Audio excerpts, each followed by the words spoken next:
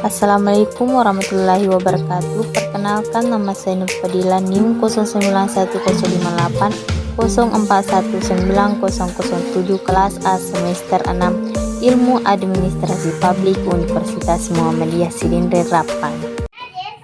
Baiklah, dalam sejarah ilmu administrasi negara lahir sejak Woodrow Wilson tahun 1887 yang kemudian menjadikan Presiden Amerika Serikat pada tahun 1913 sampai 1921, menulis sebuah artikel yang berjudul The Study of Administration yang dimuat di jurnal Political Science Quarterly. Kemunculan artikel itu sendiri tidak lepas dari kegelisahan Wilson muda akan perlunya perubahan terhadap praktik tata pemerintah yang terjadi di Amerika Serikat. Pada waktu itu, yang ditandai dengan meluasnya praktik spoil system atau sistem perkoncoan yang menjurus pada terjadinya efektivitas dan efisiensi dalam pengelolaan negara. Studi ilmu politik yang berkembang pada saat itu ternyata tidak mampu memecahkan persoalan tersebut, karena memang fokus kajian ilmu politik bukan pada bagaimana mengelola pemerintahan dengan efektif dan efisien, melainkan lebih pada urusan tentang sebuah konstitusi dan bagaimana keputusan-keputusan politik dirumuskan. Ilmu yang oleh Wilson disebut ilmu administrasi tersebut menekankan dua hal yang perlu, yaitu efisiensi dalam mengelola pemerintahan dan perlunya menerapkan merit sistem dengan memisahkan urusan politik dari urusan pelayanan publik. Sejarah administrasi publik dimulai dengan tuntutan akan pemenuhan kebutuhan manusia yang semakin meningkat dan kompleks serta sulit dipenuhi, serta individual dan keterbatasan sumber daya mewarnai perkembangan kehidupan manusia dewasa ini. Baik, saya akan melanjutkan soal yang kedua, yaitu administrasi publik sebelum Wilson. Yang pertama, pre-generation atau sampai sebelum 1885. Dalam administrasi publik, pragenerasi termasuk para pemikir seperti Plato, Aristoteles, dan Machiavelli. Masa ini merujuk pada kondisi yang ada di daratan Eropa. Pada masa ini, sampai dengan kelahiran konsep negara bangsa, penekanan administrasi publik didasarkan pada prinsip permasalahan moral dan kehidupan politik serata pada organisasi dari administrasi publik. Kedua, First Generation tahun 1885 sampai 1936 di daratan Eropa, Wina oleh Lawrence van Stein tahun 1855 yang dikenal sebagai Bapak Pendiri Ilmu Administrasi. Perkembangan ilmu administrasi di Eropa berorientasi pada legal approach. Di Amerika oleh Thomas Woodrow Wilson tahun 1856 sampai 1924 yang dikenal sebagai Bapak Pengembang Ilmu Administrasi. Ketiga, Second Generation tahun 1937 sampai 1945. Pada generasi kedua diwarnai oleh dua tokoh, yaitu Bullitt dan Ulrich, yang merupakan pendiri ilmu administrasi dengan mengintegrasikan ide Henry Fayol ke dalam teori komprehensif administrasi. Mereka percaya bahwa pemikiran Fayol menawarkan perlakuan yang sistematis dalam manajemen dan bisa diaplikasikan dengan baik pada manajemen perusahaan maupun untuk ilmu administrasi. Yang keempat, Third Generation atau setelah 1945. Generasi ketiga dari administrasi publik model klasik muncul dengan mempertanyakan ide dari Wilson dan generasi kedua.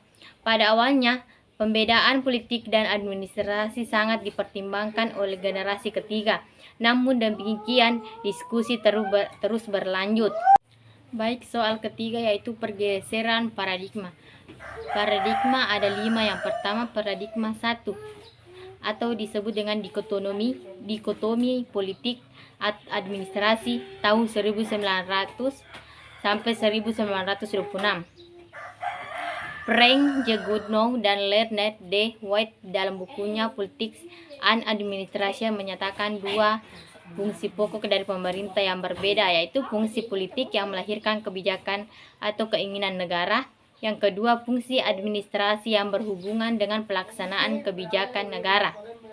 Paradigma kedua disebut prinsip-prinsip administrasi negara tahun 1927 sampai 1937, diawali dengan terbitnya Principles of Public Administration karya W.F. Willoughby. Pada fase ini administrasi diwarnai oleh berbagai macam kontribusi dari bidang-bidang lain seperti industri dan manajemen berbagai bidang ilmiah.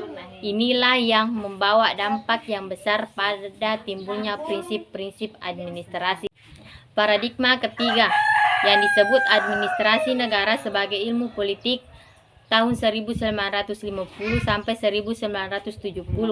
Menurut Herbert Simon, The Proof of Administration, prinsip manajemen ilmiah tidak menjelaskan makna publik dari public administration. Menurut Simon, bahwa tidak menjelaskan apa yang seharusnya dilakukan oleh administrator publik terutama dalam decision making atau kritik. Simon ini kemudian menghidupkan kembali perdebatan dikotomi administrasi dan politik. Paradigma keempat, administrasi negara sebagai administrasi tahun 1956 sampai 1970. Istilah administrative change digunakan dalam paradigma 4 ini untuk menunjukkan isi dan fokus pembicaraan sebagai suatu paradigma. Pada fase ini, ilmu administrasi hanya menekankan pada fokus tetapi tidak pada lokusnya. Ia menawarkan teknik-teknik yang memerlukan keahlian dan spesialisasi. Paradigma kelima atau disebut administrasi negara sebagai administrasi negara 1970, pemikiran Herbert Simon tentang perlunya dua aspek yang perlu dikembangkan dalam disiplin administrasi negara. Ahli administrasi negara menikmati pengembangan suatu ilmu administrasi negara yang murni.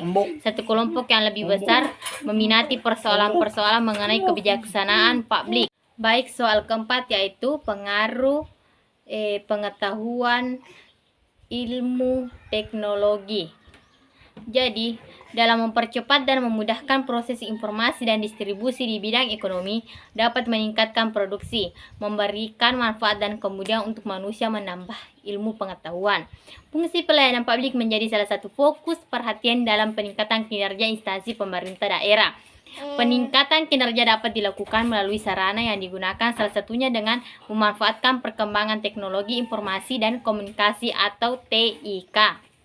Pelayanan publik pada dasarnya menyangkut aspek kehidupan yang sangat luas, mulai pelayanan dalam bentuk pengaturan ataupun pelayanan-pelayanan lain dalam rangka memenuhi kebutuhan masyarakat dalam bidang pendidikan, kesehatan, utilitas, dan lainnya. Pemerintah pusat mengeluarkan sejumlah kebijakan untuk meningkatkan kinerja instansi pemerintah dan kualitas pelayanan publik. Antara lain itu kebijakan tentang penyusunan sistem dan prosedur kegiatan. Yang soal kelima, isu tentang arah administrasi publik, yaitu salah satu isu penting yang sering diungkapkan para ahli administrasi publik adalah ke arah mana administrasi publik sekarang. Menurut Stillman II tahun 1991 mengungkapkan bahwa arah teori administrasi publik sangat tergantung dari apa persepsi tentang Wo Soldier Rule. 2. What is the meaning of the good life? 3. What are the methods for releasing the boss organization format? 4. What is the vision of the ideal state? Mengacu pada 4 model administrasi publik yang dinamis, di mana salah satu cenderung dianut oleh suatu negara pada masa tertentu. Keempat model tersebut adalah model no state, bold state, free state, dan pro state. Masing-masing model tersebut memiliki karakteristik yang sangat spesifik sesuai dengan perkembangan suatu negara. Itulah tadi beberapa soal dari administrasi publik, dan mungkin ada kesalahan dalam saya menjelaskan, mohon maaf apabila ada kesalahan. Wassalamualaikum warahmatullahi wabarakatuh.